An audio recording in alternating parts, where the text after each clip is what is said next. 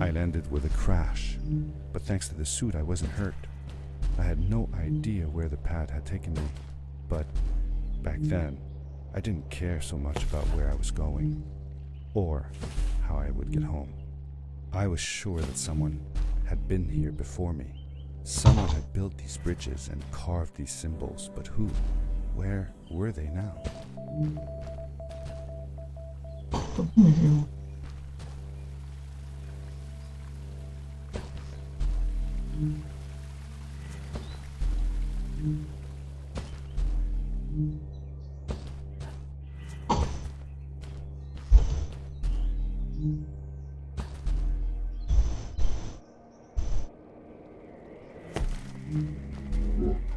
The power core I found activated the suit's grappling device when I picked it up. It must have been left here by my uncle.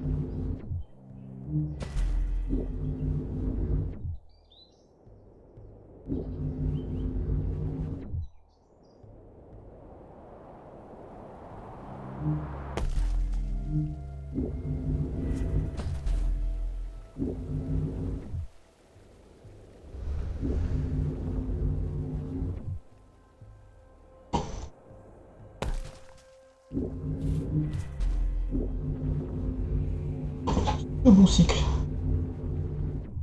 Un meilleur que j'ai eu à présent.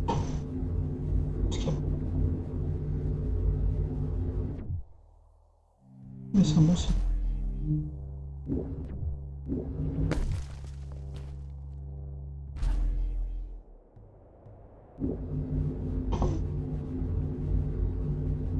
Non, pas grave.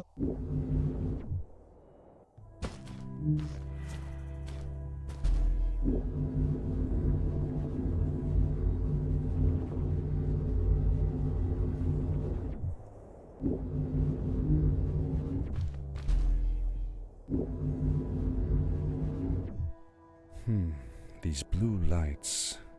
Did Fred put them here? Or was somebody else here as well? Whoa, dude.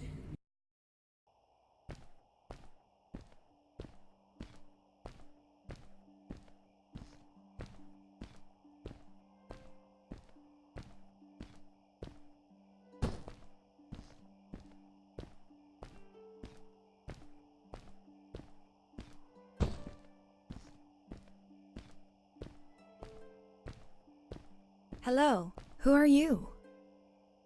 You're not from here. Wow, you look just like Fred, but smaller, and with less hair on your face. She knew Fred. I told her that he was my uncle, and that I was looking for him. What's an uncle? I said that he was, that I had known him all my life. Really? Me too. I'll help you find him. I'm Madeline. The others call me Mad Maddie sometimes. I don't know why, really, but you can call me Maddie. You've never been to the village, right? Let's meet over there in the square. I'll show you around. I bet you can get there easily with your suit thing. So, I'll see you there. I couldn't believe it. An underground village inhabited by frog people, or more like salamanders. Either way, they walked like humans, they talked like humans. How is that possible?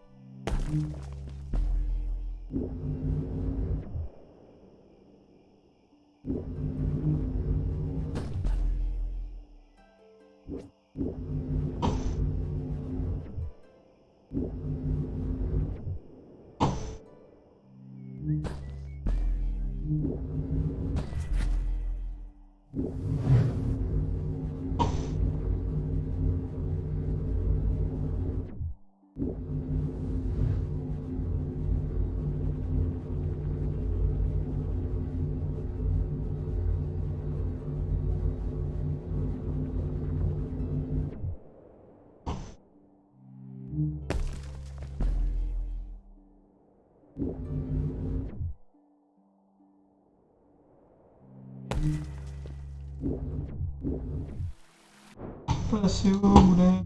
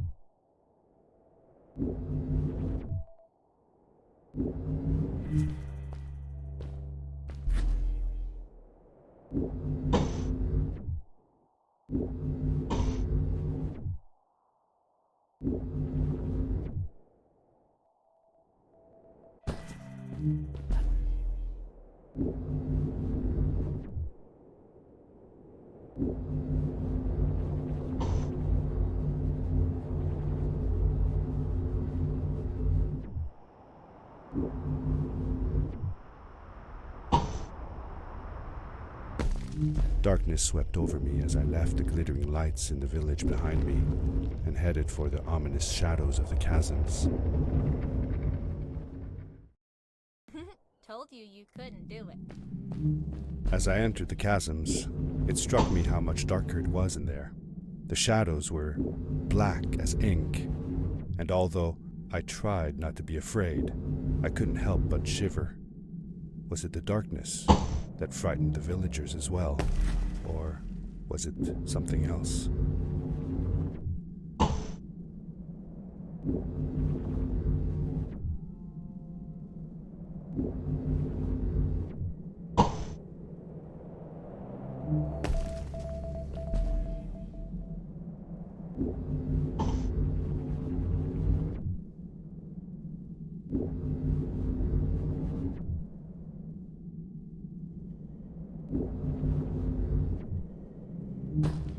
Seemingly bottomless pits loomed below us, everywhere in the cave. The further we got, the more I felt like what faint light existed down there was getting fainter.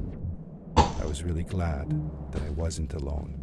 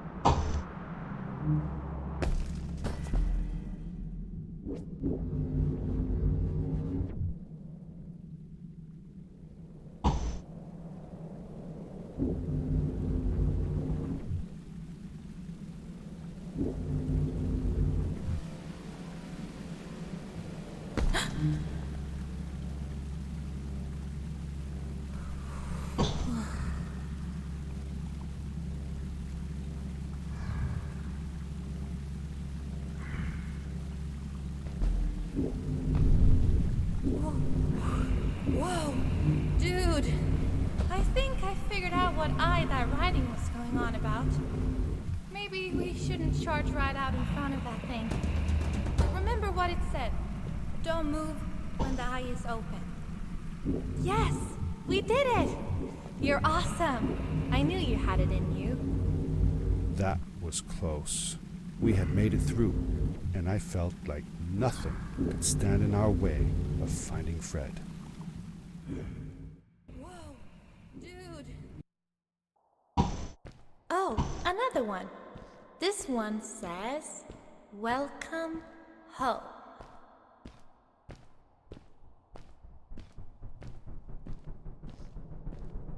Whoa! This is it! This is where the Strays built their village. And what a beautiful place they chose. Just look at the sky. It is so big.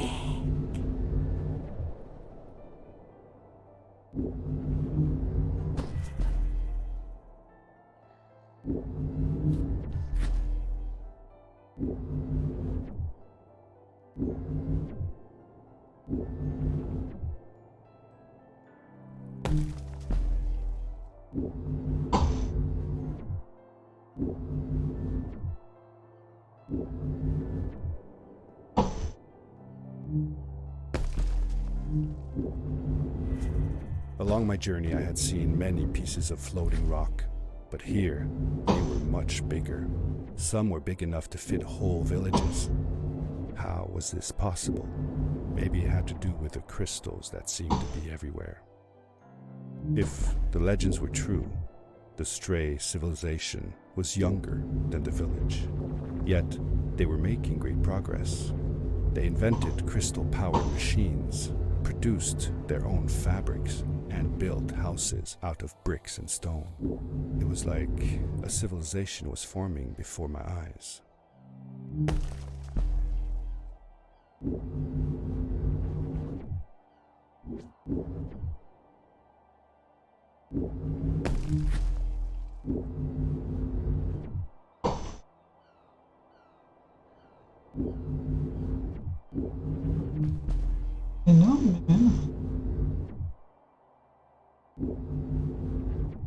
Hey, let's play a game. I bet that you can't get through this part without using the grapple device.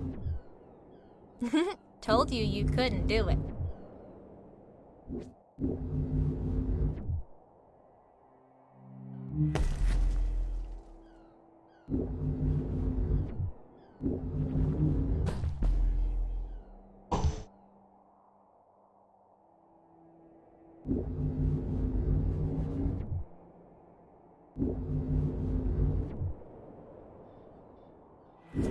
Oh, what's that? The boots! Look! Couldn't you wear those? With this addition, the suit felt at least 20% cooler. Sweet! Now you gotta try them out. Whee! This is awesome! It was awesome. I don't know how to describe the feeling of bursting through the air like a bullet, so fast that my eyes watered and my belly was full of butterflies. Never fully in control, but still feeling like the coolest kid in the universe. I guess I just described it, didn't I?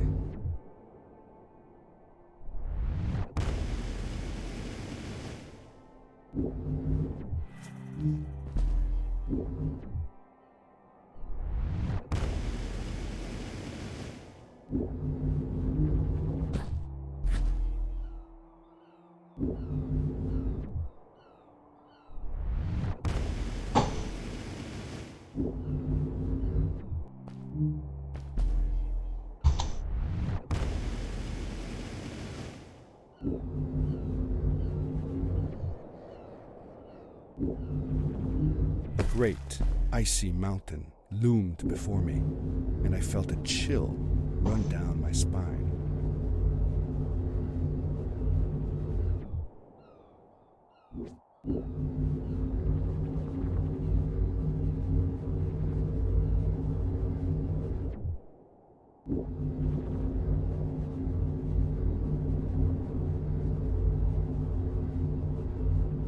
On passe ce passage maintenant.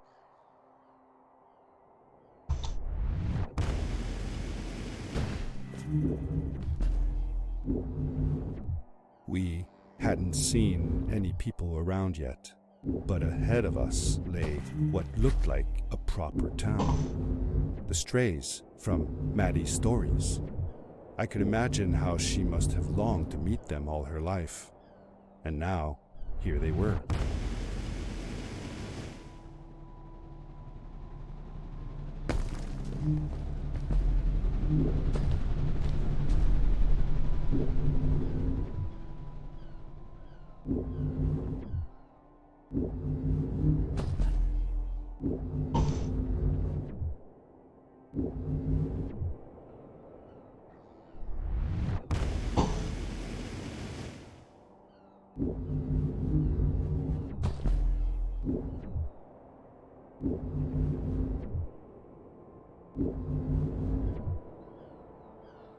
Maddie was silent for a while. It seemed like she was thinking hard on something.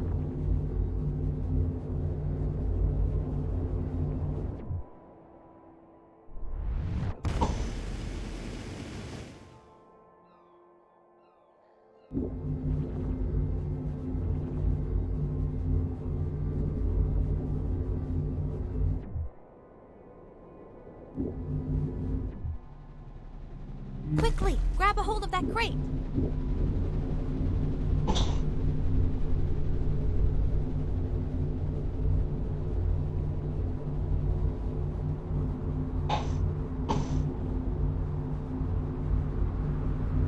Bon, en ce moment, j'ai tout.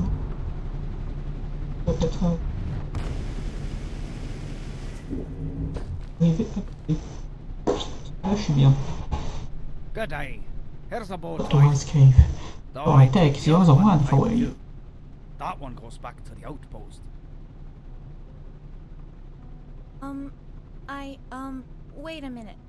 I was thinking. I don't know if I should go with you. I mean, I want to, but I also want to, well, stay here. Maybe it's strange, but I just feel like these people liked me and accepted me for who I am. Kinda like you. I want to be with you too, and help you find Fred. I don't know what I want the most. I told Madeline that I would accept whatever choice she made. I just never thought about it until now that maybe it wasn't Fred I was looking for when I came with you. Maybe I was just looking for a way out. Somewhere to be free. And I know that if anyone can find Fred, it's you. If you meet him, when you meet him, tell him to come see me, okay? I promised. Thank you. I'm glad I met you. And it won't be the same without you around. Goodbye, friend. I said goodbye to Maddie, and I had a feeling that this was the last time I'd see her. But even in this sad moment, I was happy for her. She had found a place where she belonged. Mettre un trou dans ta pipe. Bro. There was a dampness in the air that reminded me of the huts and nights back home. But as the sun was setting, I could feel the chill creeping up on me. And the path we were traveling on seemed to lead us into a second ice age. Winter was coming. This is awesome! Whoa!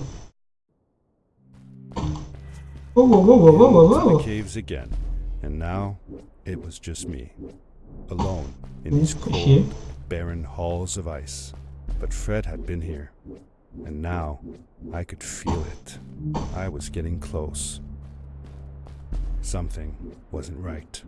The grapple device's energy beam was somehow reflected off of the ice, and I couldn't get a grip. I had to look for areas where the ice was not so thick. This was going to be a challenge.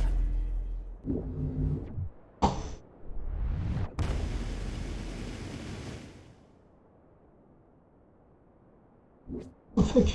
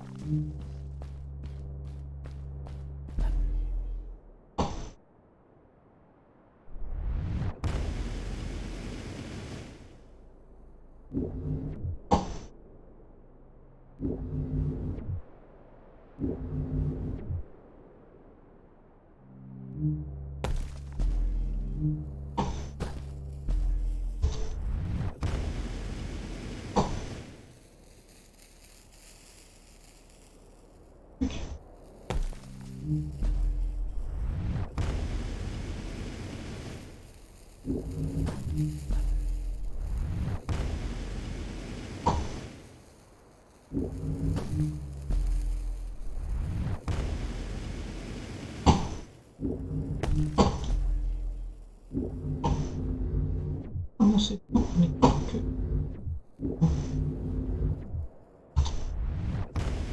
I found another one of Fred's campsite, noticeably newer than the others. The fire was still smoldering, and I could faintly pick up the smell of the aftershave he always used. I was closing in on him. I could feel it. He had left some tools behind that I could use to repair my boots. That should do it. Good as new.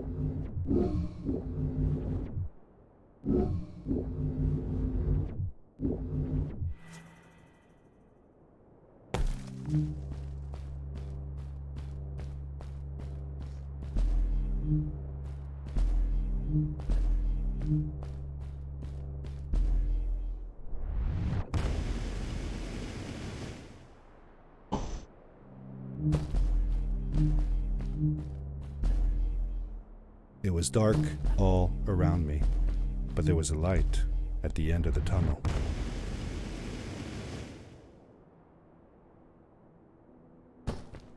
Hello? Nephew? Uncle Fred. Je pense que ça I passe. finally found him. My little boy. I'm glad. Je pense que j'ai mon sub 32. I said that I found the suit in his workshop and that I came looking for him.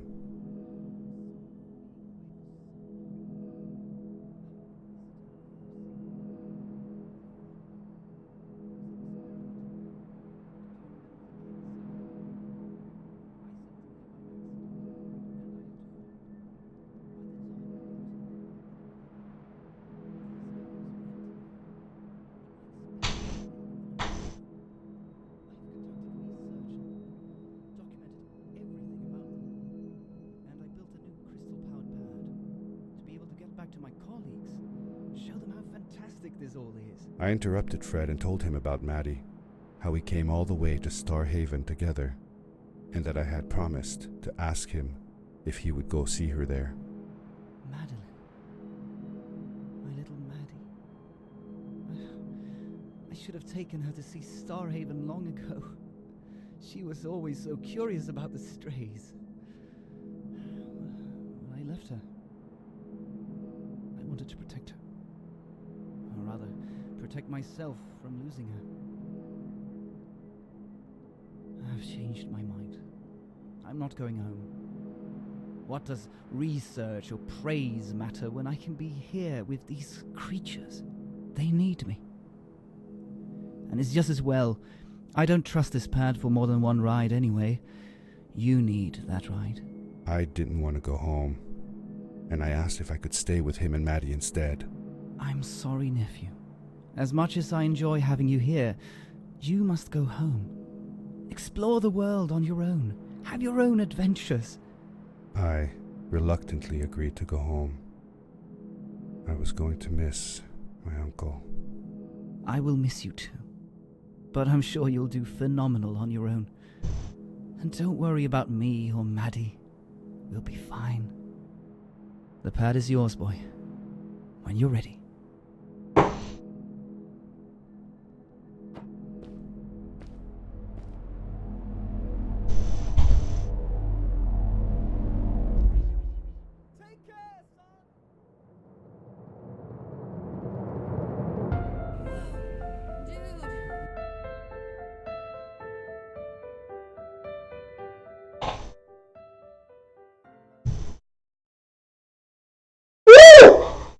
The end. Now, good night, sweetie. Wait, Dad, does that mean Fred is still there? Who knows? That was the last time I saw him. Don't you miss him? I do, sometimes. But I don't worry about him, because I know that wherever he is, he's on his biggest adventure yet. J'ai mon sub 32, putain. Dear Fred, today I step into the lobby of 10 your minutes. house for the last time. My daughter asked me to tell her about an adventure, and I came to think of you. Your house looks just like my mother and I left it years ago. After you'd gone, I was sure she was going to throw out all your stuff, but she just cleaned up. We made you a small memorial. For a while, I came here every day, just like I used to. Sometimes I could even faintly hear your voice, calling from the observatory, asking me to get you this tool or that. I never told my mother about that day. I don't think she would have believed me. Can I believe it? After all these years?